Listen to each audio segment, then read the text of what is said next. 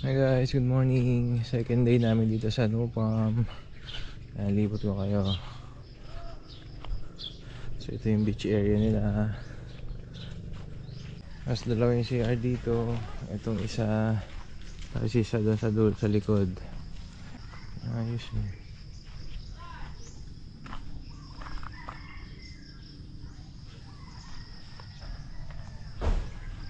Maganda dito guys, maganda.